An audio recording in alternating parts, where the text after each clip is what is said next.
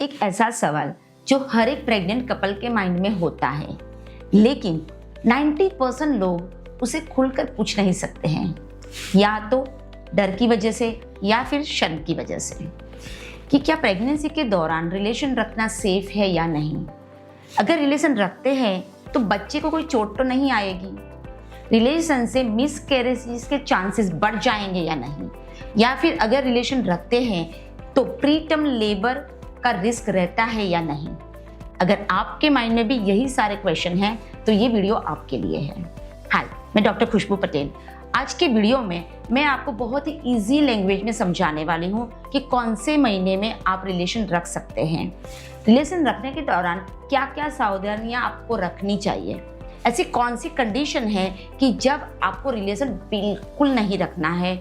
और लास्ट में मैं आपके साथ शेयर करने वाली हूँ एक ऐसे मिथ के बारे में, तो ये वीडियो एंड तक जरूर से देखिएगा। सबसे पहले समझते हैं कि प्रेगनेंसी के दौरान क्या होता है।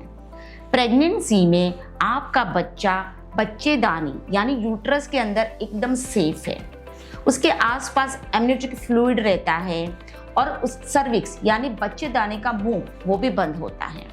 म्यूकस होता है कि जो उसको प्रोटेक्ट करता है, यानी नेचर ने ऐसी सिस्टम बनाई है कि जहाँ पे आपका बच्चा एकदम सेफ है। अब हम ये 9 महीने की जर्नी को 3 पार्ट में डिवाइड करते हैं, फर्स्ट ट्राइमेस्टर, सेकेंड ट्राइमेस्टर और थर्ड ट्राइमेस्टर। फर्स्ट ट्राइमेस्टर यानी पहली तिमाही, पहला, दूसरा और तीसरा महीना, ये सबसे डेलिकेट फेज रहता है क्योंकि एम्ब्रियो इम्प्लांट हो रहा है, ऑर्गन्स बन रहे हैं और मदर के बॉडी में हार्मोन तेजी से बढ़ रहे होते हैं, और यही फेज में मैक्सिमम मिसकैरेजेस के चांसेस रहते हैं।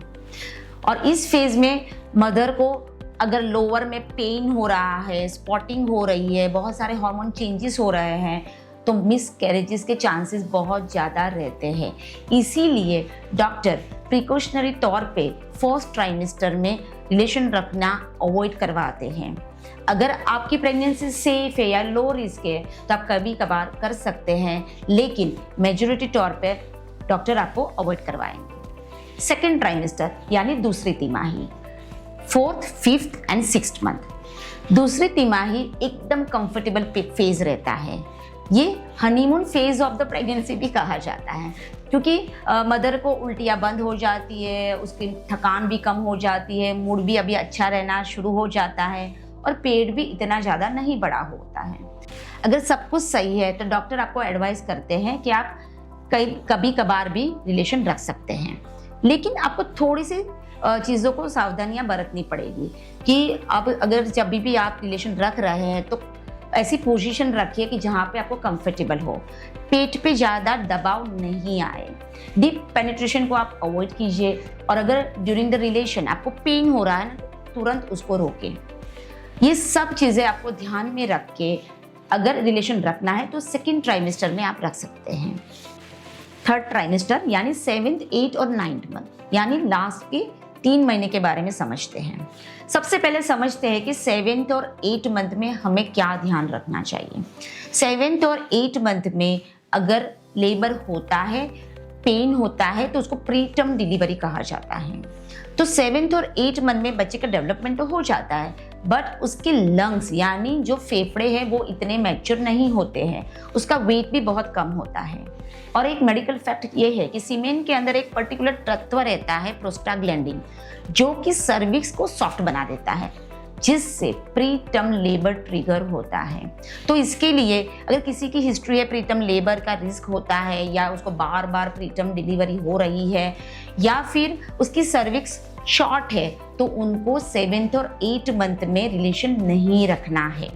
9th मंथ, दिलचस्प बात यह है कि सीमेन के अंदर जो प्रोस्टाग्लैंडिन है ना, वो लेबर को इंट्रोड्यूस करता है क्योंकि सर्विस को सॉफ्ट कर देता है। तो एक्सपेक्टेड डेट के आगे के दिनों में अगर रिलेशन रखते हैं तो अच्छे से लेबर पेन होता है, ऐसे रिसर्च किया हुआ है।